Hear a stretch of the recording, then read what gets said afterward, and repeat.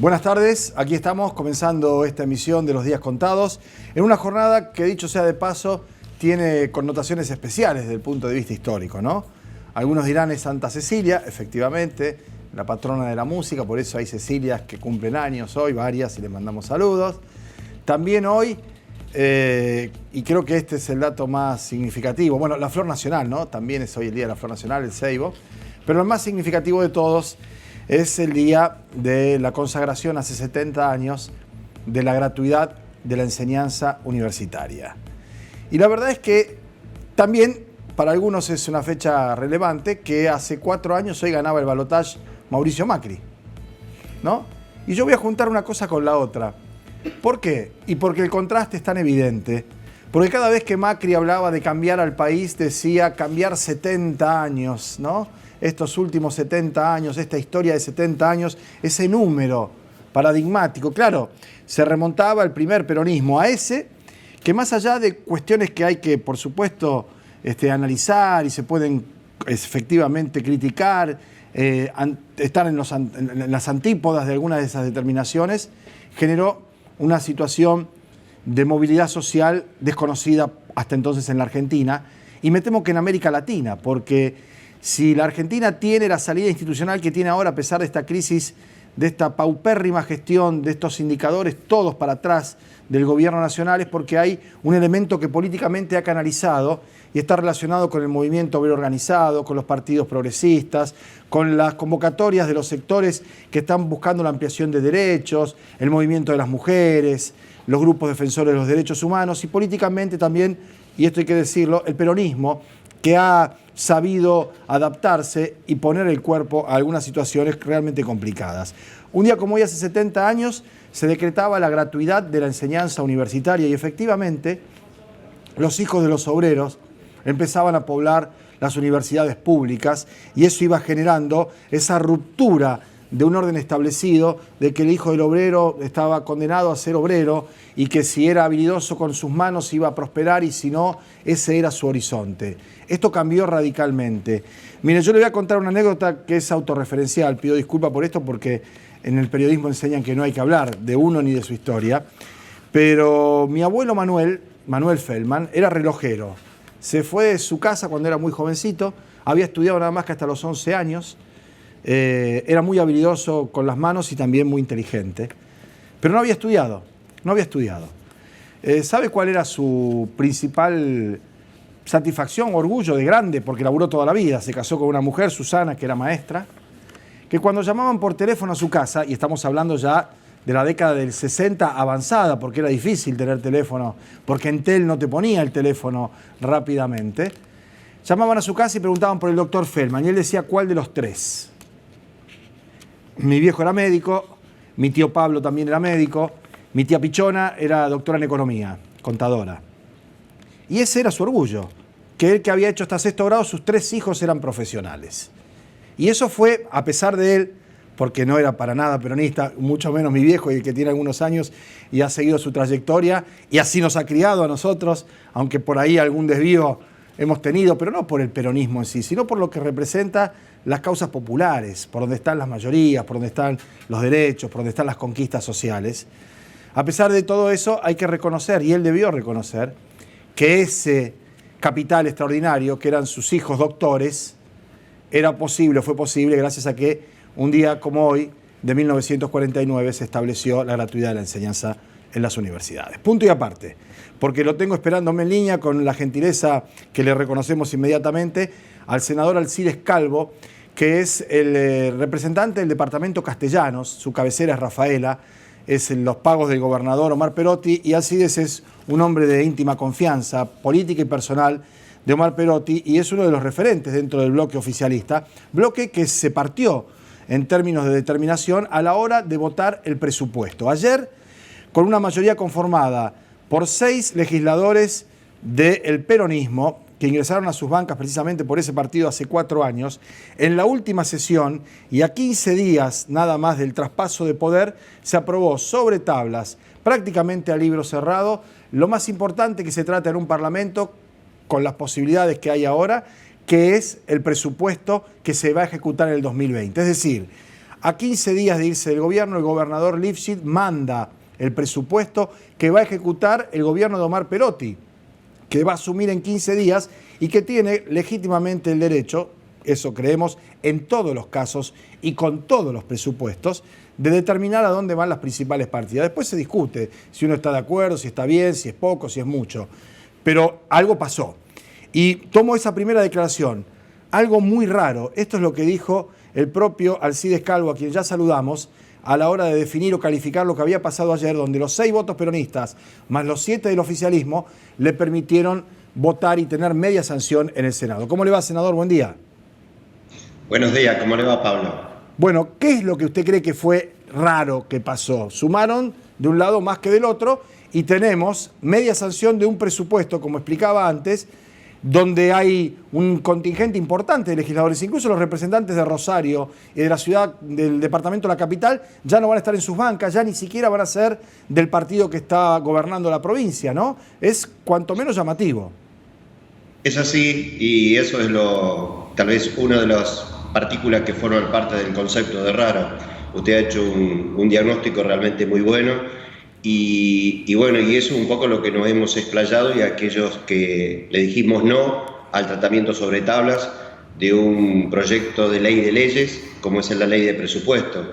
Podemos admitirlo, que en otras oportunidades, en otros tiempos, hubo un tratamiento de similares características, pero no en este contexto donde a pocos días que se termina un mandato de un gobernador saliente como es el doctor Lifshitz hacia el contador Perotti, donde en un contexto donde se está por finalizar la gestión de un presidente de la nación como es Macri, de manos de Alberto Fernández, con la característica que también se cambian los signos políticos, y uno, si le puede incorporar un condimento aún mayor, la realidad social, económica y de carácter cambiario que vive el país en general, pero tampoco es una isla la provincia de Santa Fe. Y en ese aspecto me quiero detener, porque no solamente no es un momento especial en esos niveles, sino en el momento que vive la provincia. Por eso, en su momento, como integrante de la Comisión de Transición y por pedido explícito del futuro gobernador Omar Perotti, le hemos pedido al gobernador y a su equipo de trabajo que no enviara el proyecto de presupuesto, como muchas veces se lo ha hecho en tiempo y forma como establece el artículo 72, inciso 8 de la Constitución Provincial. ¿Por qué? Por esas mismas situaciones, porque vemos una provincia que realmente está padeciendo problemas estructurales, ya me animo a decir, con un nivel de pobreza por encima de la media nacional, con un déficit que en el mes del 30 de septiembre del año 2019 está cercano a los 9.000 millones de pesos, con una realidad que se va a contrastar y se va a enfrentar el futuro gobernador, de saber si tiene los recursos disponibles para poder pagar los sueldos y el aguinaldo, no solamente el mes de diciembre, sino el mes de enero, que es un periodo sumamente complicado para las administraciones públicas. Ese es el contexto por el cual decíamos que no era conveniente la presentación. Pero ahora le pregunto, senador, lo interrumpo y le pregunto si en las reuniones, para mí ha sido realmente tortuoso, de muy mal resultado. Esto será para adelante analizar la extensión de una elección hasta el traspaso de poder, casi 6 meses, con un gobernador que se va y uno que viene, y con estas situaciones de tensión, de marchas y contramarchas. Cuando ustedes presentaron eso, que yo recuerdo, efectivamente fue hace más de un mes, ¿qué le contestó el ministro Farías, el propio Miguel Lifshitz públicamente, cuando ustedes le dijeron, miren, lo lógico es que si ustedes van a estar 10 días más después que se presente el presupuesto lo elaboremos nosotros, digo, la gestión que viene con los parámetros que efectivamente consideran más apropiados? Pero ¿esto es una ruptura de la palabra, un quiebre de un compromiso, o en aquel momento no hubo ningún tipo de, digamos, de palabra empeñada en que se iban a hacer las cosas bien? Mire, nunca hubo un no y un sí. Ellos dijeron que, y además había un compromiso asumido por el propio gobernador al gobernador entrante. Solamente con lo que siempre ha hecho el Frente Progresista en estos últimos 12 años, tratar de esconder siempre algunas realidades que son las que más duelen. Entonces yo creo que no tuvieron mejor mecanismo de generar conjuntamente con parte del legislativo esta esta simbiosis de idas y vueltas y decir, bueno, realmente el legislativo o el poder legislativo está reclamando la presentación del presupuesto. Y yo siempre lo decía, Pablo, un año como el día de ayer, el propio gobernador Lichi presentaba el proyecto de presupuesto 2019. El 21 de noviembre del 2018 presentaba. Qué raro, ¿no? Porque allí en ese aspecto nadie reclamaba. No se necesitaron ninguna votación especial en la Cámara de Diputados o una nota mal interpretada de la Cámara de Senadores. Se hizo por la propia voluntad solamente con una mera presentación de una nota pidiendo y solicitando una prórroga, que es lo que se le puede asistir. Ahora, entonces, estas son las cuestiones, ¿no? Bien, ahora hay un nivel de responsabilidad política del IPSI que envía esto, ¿no es cierto? Y aún en algún punto rompiendo con la palabra que se había en algún momento empeñado con Lipsi, con Perotti, de tener una transición ordenada, de ponerse de acuerdo, cuestiones formales y demás. Ahora también hay una participación necesaria de compañeros suyos. Es decir, un rato antes de entrar al recinto del Senado de la provincia, habían estado en una convocatoria que había hecho el propio Omar Perotti con todos los legisladores, funcionarios, intendentes electos del Frente de Todos. Y en primera fila estaba Traferri, estaban los senadores que después terminaron votando en contra, hablando de unidad.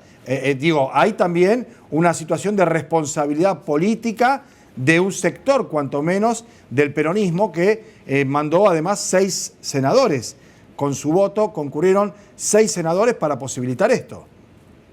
No lo dude, si no hubiese sido eso, bueno, no habría podido lograrse el tratamiento sobre tabla, porque se necesita una mayoría especial, que son los 2/3 de los senadores presentes.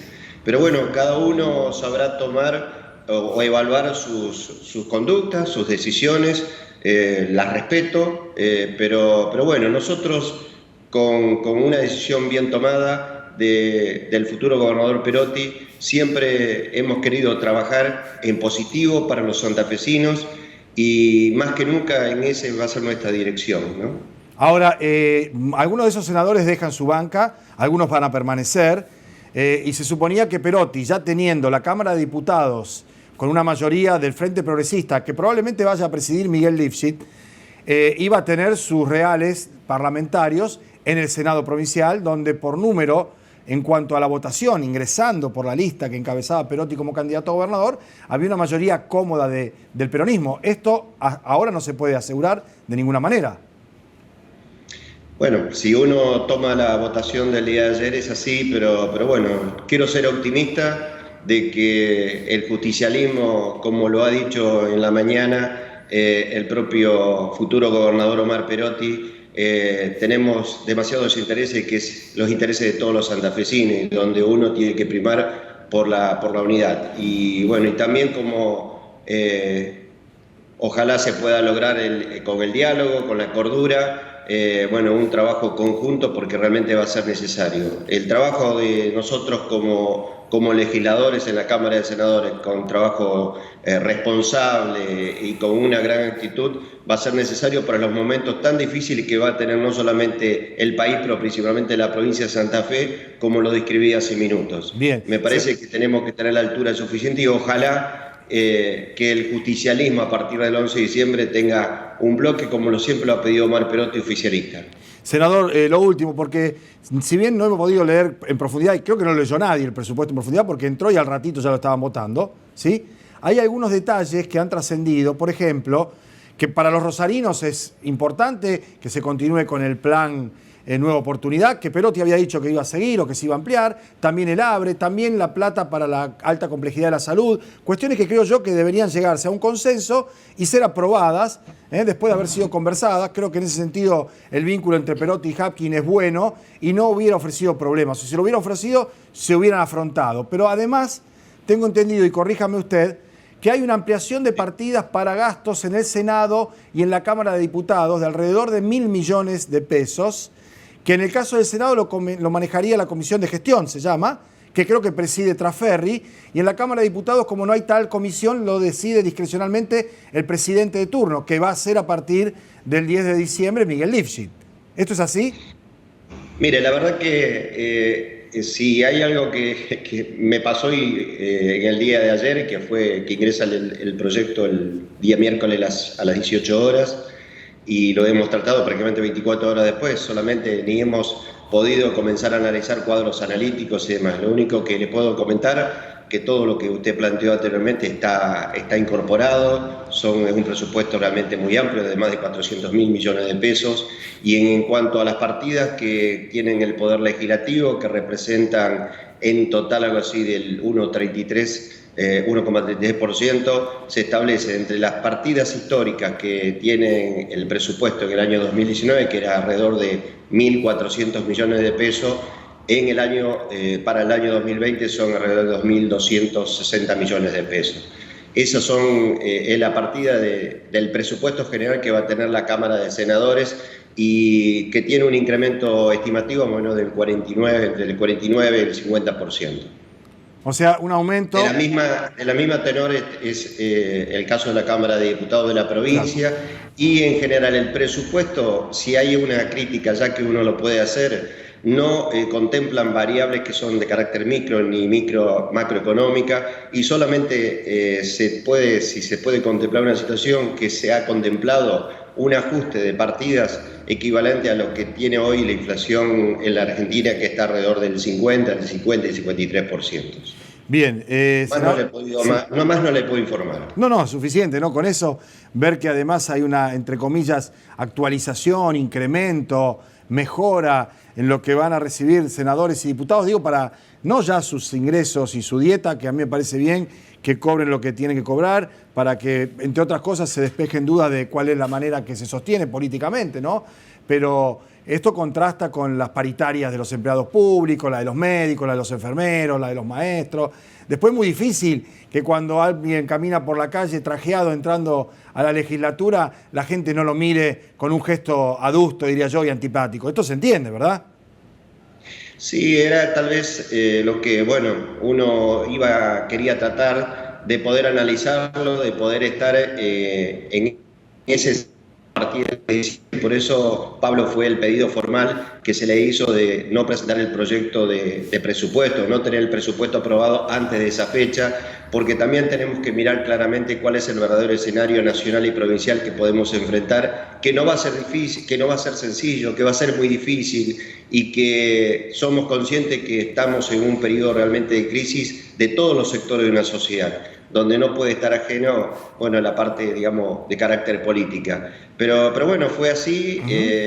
Somos respetuosos de las decisiones en cuanto a las votaciones y a las mayorías, y en ese aspecto, hoy por hoy tenemos ya la media sanción, pasará a diputado, que será la que tendrá que determinar si tiene sanción definitiva, si surte algún tipo de modificaciones para luego ser atendida nuevamente por la Cámara de Senadores, ¿no? A tenor de los números, ya con la mayoría propia que tiene el Frente Progresista, de 28 a 22, la semana que viene vamos a estar hablando del presupuesto sancionado, salvo que haya una decisión política del propio gobernador o de los diputados, si no se motoriza eso a instancias de algún diálogo, alguna conversación. A mí me llamó la atención que en todos estos meses el Lifchi no lo haya convocado a Perotti a la Casa de Gobierno. Lo debió haber hecho la semana siguiente la elección, al día siguiente o a los 3 días, ¿no? Pero me parece que esta transición ha sido realmente tortuosa y negativa para los santafesinos, más allá de los distintos niveles de responsabilidad, que como en todas las parejas, para decirlo de algún modo, son compartidas. Hay algunos que tienen, por supuesto, más responsabilidad que otros, ¿no? Yo le agradezco al CIDES y le dejo la última palabra. No, mire, Pablo, yo creo que la transición solamente ha servido para generar una verdadera cortina de humo, para tratar de ocultar lo que es la realidad de la provincia de Santa Fe hoy. Y si hay un número que a mí me contrasta, es ver el presupuesto o el proyecto de presupuesto 2020, que tiene un superávit de más de 3.500 millones de pesos, cuando somos conscientes que el déficit al 30 de septiembre es cercano a los 9.000 millones de pesos. Y como somos conscientes también la gran respuesta que nunca la tuvimos del gobernador y de todos sus funcionarios, si existen los recursos suficientes para pagar los sueldos y el aguinaldo en diciembre para todo el personal activo, para todos los jubilados, si existen las partidas suficientes para pagar el verdadero déficit que se tiene en materia de salud, que se está estimando, porque son datos estimativos, de más de 1.500 millones de pesos. Esas son las preguntas que habríamos tenido que tener y las respuestas que se habrían tenido que determinar en el proceso de transición, y por estos días, más que estar analizando el presupuesto 2020 que le corresponde al futuro gobernador Perotti. Senador Calvo, muchas gracias por atendernos, ha sido muy amable. No, gracias a usted. Muy bien. La palabra de Alcides Calvo, que es un referente dentro del Parlamento provincial, es sin dudas el principal legislador que tiene Omar Perotti en el Senado, como lo es Roberto Mirabella en la Cámara de Diputados, que va a estar al frente de la próxima sesión, digo, con el grupo de legisladores opositores, pero con un número insuficiente para evitar que se sancione el presupuesto, si es lo que políticamente ha determinado, por un lado el gobernador y por otro lado, quienes son diputados. Tengo para mí, porque conversaba con algunos legisladores que no son lifchistas, para decirlo de algún modo, que van a votar positivamente y que se va a sancionar ese presupuesto. Veremos de qué manera se instrumenta a partir de la llegada de Omar Perotti a la Casa Gris y cómo esto establece relaciones y vínculos políticos entre los distintos sectores con esta nueva perspectiva, ¿no? Donde Miguel Lifchi va a estar presidiendo la Cámara de Diputados de la provincia y donde, por ejemplo, tanto el senador por el departamento Rosario, que fue durante los últimos 12 años socialista, como el del departamento La Capital, que también era opositor, ha pasado a manos del peronismo. Por un lado, Marcelo Lewandowski en Rosario, por otro lado, Casteló, que es el senador por el departamento La Capital. Pero como le decíamos a Calvo, esto sin que el peronismo haya defeccionado, no salía. Aquí está el liderazgo de Traferri, de un sector que trabajó para la candidatura de Perotti, sí, que colocó en ese lugar de vicegobernador a Alejandra Rodenas también, que ayer estuvo Rodenas en la reunión con los senadores y no pudo convencer a nadie de nada, es cierto, que en algún momento la vicegobernadora va a tener que tomar partido si va a acompañar al gobernador o va a reportar a los sectores que políticamente la llevaron a ese lugar a integrar la fórmula también, y todo eso va a redundar, por supuesto, en situaciones complicadas para la provincia de Santa Fe, teniendo en cuenta que si la Cámara de Diputados tiene mayoría del Frente Progresista, que va a presidir Lifshitz, y en el Senado de la provincia se ha conformado esta nueva mayoría, por lo menos para esta votación, entre algunos hombres del peronismo que a la mañana habían estado con Perotti hablando de la unidad y a la tarde votaron en contra de los senadores de Perotti, tendrá las dos cámaras legislativas en su contra. No parece que vaya a ser así, por lo menos en principio, pero hoy por hoy es la foto, es la estática de este momento político. Vamos a hacer una pausa. Cuando hablamos de la pausa tenemos todavía algunos minutos para hablar de otro tema que también es sustancial, que es lo que está por comenzar ya en instantes, si me dicen que ya ha comenzado, la imputativa a los policías que han sido detenidos en los allanamientos llevados adelante por la Justicia Federal, también en torno a una causa que tiene como nudo a Alvarado, un hombre que está detenido por un homicidio, pero que ahora también se lo está investigando por narcotráfico. Vamos a la pausa y venimos con ese tema.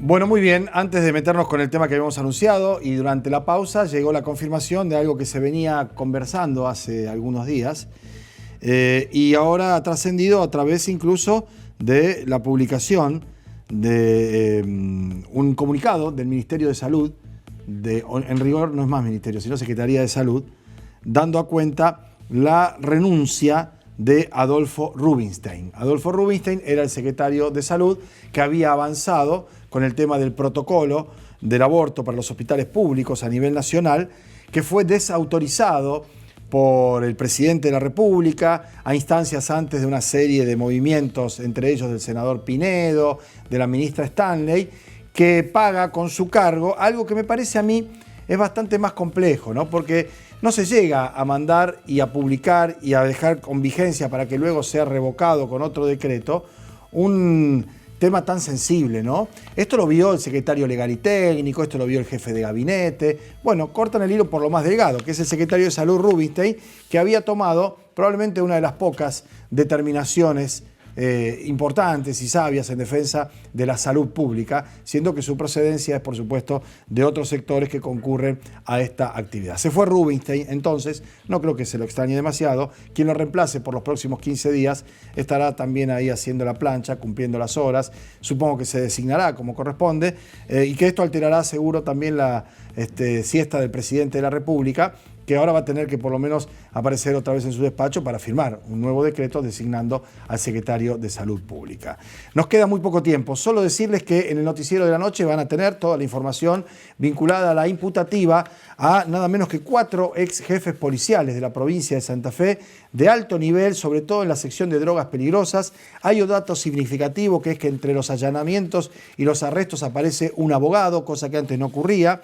También reaparece el doctor Paul Krupnik defendiendo a uno de los acusados cuando ya había defendido en el 2008 en una causa Alvarado, causa que en ese momento se tramitaba en un juzgado cuya titular era la hoy electa vicegobernadora Alejandra Rodenas, causa que en su momento también fue cerrada. Decimos, imputativa entonces en el Palacio de Justicia Penal, aquí en la zona sur de la ciudad de Rosario, a la tardecita estará la información en la edición nocturna de Telefe Noticias y el lunes seguramente estaremos aquí conversándolo y comentándolo con ustedes. Han sido muy amables, que pasen un buen fin de semana. Chao.